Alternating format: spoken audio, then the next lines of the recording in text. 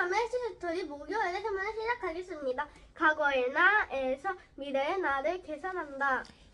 지금 너희가 현재 지금 이 모습은 지금까지의 너희가 생각하고 행동한 결과래. 그러면 어른들도 마찬가지야. 어른들도 현재의 나의 모습은 지금 몇십 년 동안 살아온 나의 행동과 생각의 결과인 거야.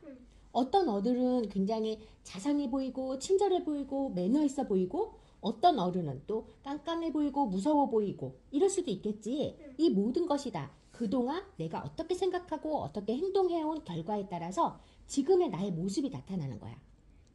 그런데 내가 이거를 개선하려고 한다면 익숙한 것과 결별해야 돼.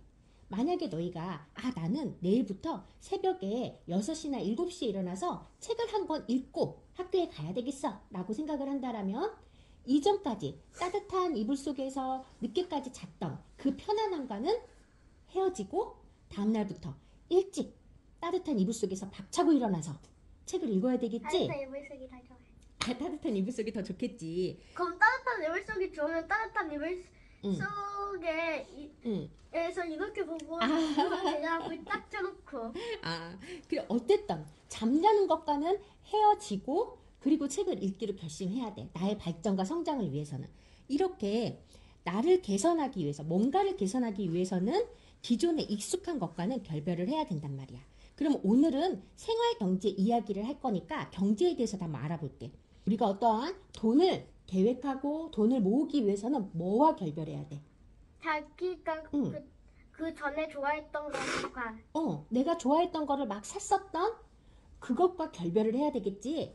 그러기 위해서는 하루의 지출을 계획하고 또 한 달의 지출을 계획하고 잠자리에 들기 전에는 하루 또는 일주일, 한 달 이런 계획과 잘 내가 실행을 했는지 이런 거를 확인해 볼 시간을 가져야 되겠지. 엄마 아빠도 이런 게 안 되는데 용돈 관리장 써라. 또 원하는 것과 필요한 것을 구별해가지고 물건을 사라. 구별하는 능력을 가져라. 이렇게 말을 할 수가 없겠지. 엄마 아빠가 안 되면서. 그치? 그래서 어린이들은 자기 부모님들의 행동을 보고 따라하는. 맞아. 어린이들은 부모님을 보고 따라하기 때문에. 그래서 부모님들도 자신만의 형식이나 방법이 갖추어지도록 점차 다듬어서 그렇게 해서 자신만의 방법 이런 거를 찾아서 자녀를 지도를 해야 된다라는 소리야.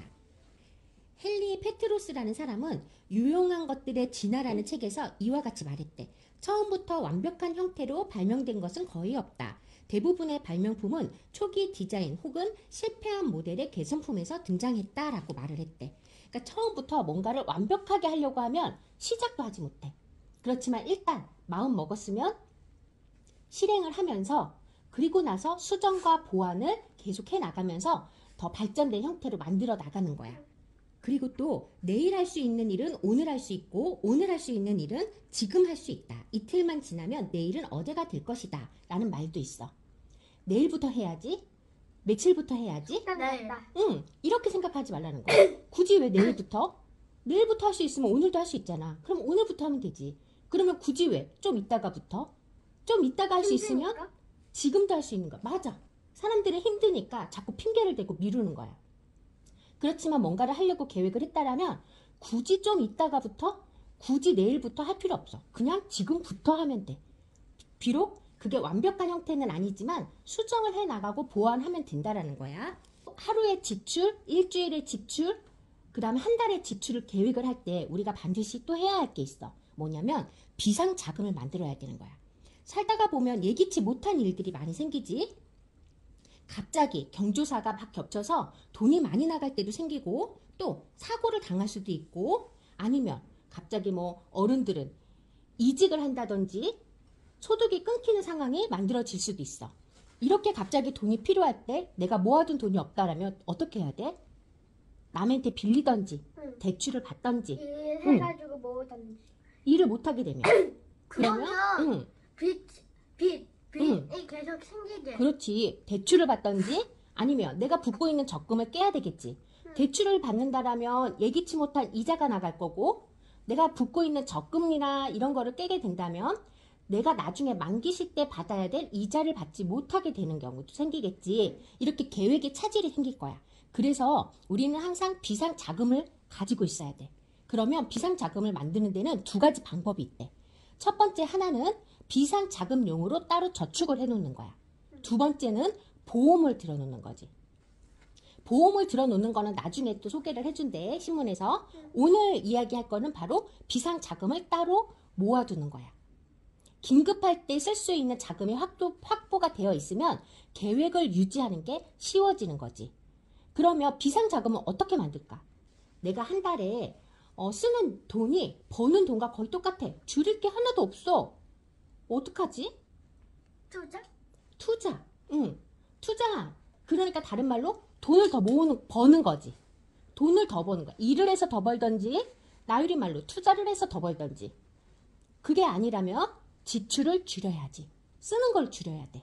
내가 이러이러한 이유로 해서 아르바이트를 더 할 수도 없고 투자를 할 수도 없다 라고 생각한다라면 줄여야지.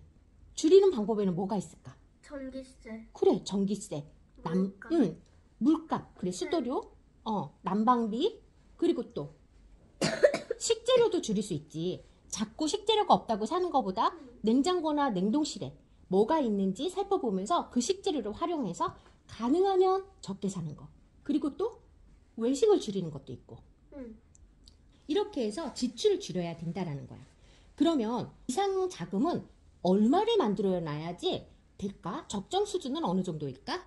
뭐 그냥 1,000만 원 만들기, 2,000만 원 만들기 이게 아니라 나의 생활비, 월간 생활비의 3배에서 6배 정도를 가지고 있는 게 좋대.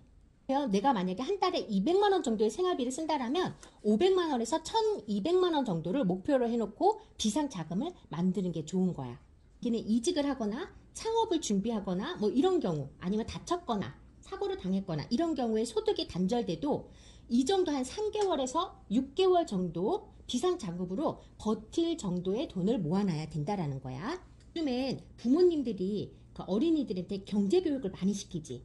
뭐 돈 관리, 돈 저축, 투자 이런 데 관심이 많은데 정작 부모님들은 이거를 잘 지키지 못하는 경우가 많아. 부모님들이 먼저 지키고 그리고 이 방법들이 옳은지 이런 것들을 또 수정하고 보완해 가면서 함께 아이들과 해야지 올바른 교육이 될 수 있는 거야. 그런데 자기가 안 하고 아이들한테 시키면 그게 올바른 건지 안 올바른 맞아. 건지 그냥 사람들 한다고 다 따라하다가 아이 잘못 키웠어야 됐는데. 그래. 그럴 수도 있겠지. 그래서 부모님들과 어린이들이 함께 이런 거를 같이 해보면서 수정 보완하면서 그 부모님과 아이들, 그 가족에 맞는 그런 형식이나 방법을 만들어가는 게 좋을 것 같아. 그래서 오늘은 미리 하루의 지출을 계획하고 결과를 비교해보는 습관을 가져야 된다. 또 생활비의 3배에서 6배에 해당하는 긴급 예비 자금을 모아두어야지 소득이 단절되거나 예기치 못한 일이 생겨도 계획에 차질이 생기지 않을 수 있다. 그래서 먼저 1,000만 원 모으기 이렇게 하면 어려울 수 있기 때문에 일단 100만 원 모으기부터 시작을 해보면 좋을 것 같아. 그래서 우리도 하나하나 계획 세우고 소득, 지출 이런 거를 매일매일 비교해보는 이러한 습관을 가져보자. 그리고 다음에는 이 어린이 경제신문에서 정상적인 생활을 하면서도 적절한 규모의 긴급 예비 자금을 만드는 10%의 마법에 대해서 소개를 해준대. 그러니까 이것도 한번 기대를 해보자. 성경 잠언 22장 6절 말씀에 보면 이런 말이 있대. 마땅히 행할 길을 아이에게 가르치라. 그리하면 늙어도 그것을 떠나지 아니하리라. 무슨 말인 것 같아? 너희에게 늙어도 뭐뭐를 떠나지 말면 뭐뭐를 안 했을까? 너희에게 마땅히 해야 할 것들을 잘 가르쳐 놓으면 그게 습관이 돼서 너희가 나이가 들어서도 그 좋은 습관을 유지할 수 있다. 이런 말이야. 그러니까 우리가 어린 나이지만 좋은 습관을 잘 길러보자. 오늘도 수고 많았어요.